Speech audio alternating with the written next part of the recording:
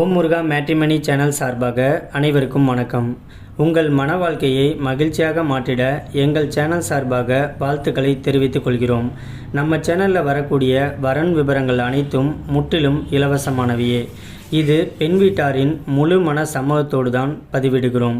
இதில் மணமகள் புகைப்படமானது அவர்களின் பிரைவசி காரணமாகவே மறைக்கப்பட்டுள்ளது.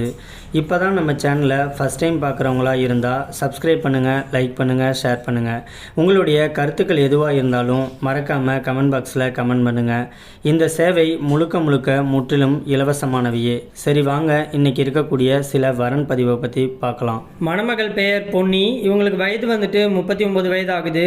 இவங்களுடைய ஜாதின்னு பார்த்துட்டிங்கன்னா இந்து சமுதாயத்தில் ஜாதி தடையில்லைன்னு சொல்லியிருக்கிறாங்க. இந்த மணமகளுடைய ராசின்னு பார்த்துட்டிங்கன்னா சிம்ம ராசி. இவங்களுடைய கல்வி தகுதின்னு பார்த்துட்டிங்கன்னா பிகாம் வரைக்கும் படித்து முடிச்சுட்டு ஒரு ஜுவல்லரி ஷாப்பில் வந்துட்டு மாதம் 28,000 ரூபாய் சம்பளத்துக்கு ஒர்க்குக்கு போயிட்டு இருக்கிறதாகவும் சொல்லியிருக்கிறாங்க. இந்த மணமகளுடைய திருமண நிலைன்னு பார்த்துட்டிங்கன்னா முதல் அல்லது மறு திருமணத்துக்கு சம்மதமும் தெரிவிச்சிருக்கிறாங்க. ஏன்னா இவங்க வந்துட்டு முதல் திருமணம் பண்ணி தன்னுடைய கணவர் கூட வாழ பிடிக்காமல் இவங்க வந்துட்டு இன்னைக்கு தனிமையில் தான் எந்த ஒரு ஆதரவும் இல்லாமல் இன்னைக்கு இவங்க வாழ்ந்துக்கிட்டு இருக்கிறதாகவும் சொல்லியிருக்கிறாங்க. இவங்களுக்கு குழந்தைங்க அப்படின்னு பார்த்துட்டிங்கன்னா ஒரே ஒரு பெண் குழந்தை இருக்கிறதாகவும் சொல்லியிருக்கிறாங்க. அந்த பொம்பளை பிள்ளை வந்துட்டு இப்போதைக்கு 8வது வந்துட்டு படிச்சுக்கிட்டு இருக்கிறதாகவும் சொல்லியிருக்கிறாங்க.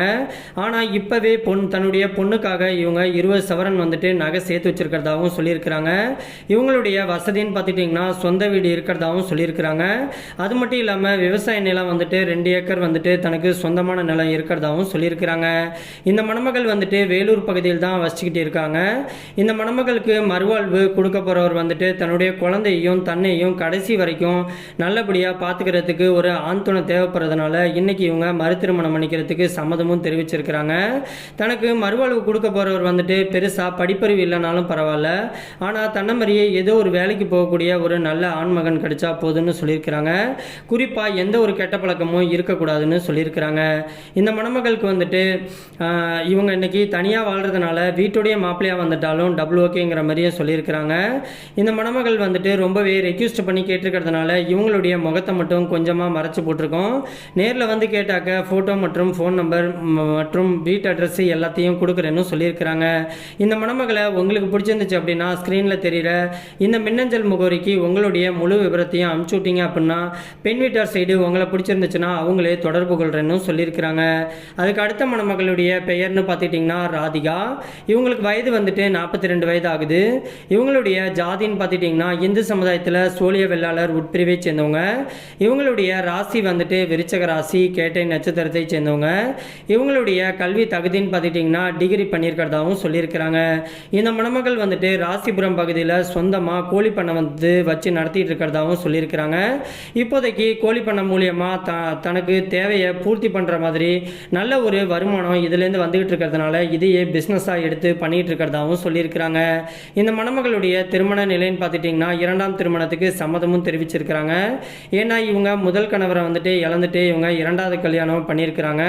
அவங்களும் ஒரு கார் ஆக்சிடெண்ட்டில் வந்துட்டு இறந்துட்டதுனால இவங்களுக்கு 2ஆம் மனம் அப்படி இல்லைனாலும் 3வது மனத்துக்குனாச்சும் ஒரு நல்ல மணமகன் தேவை அப்படின்னு சொல்லியிருக்கிறாங்க.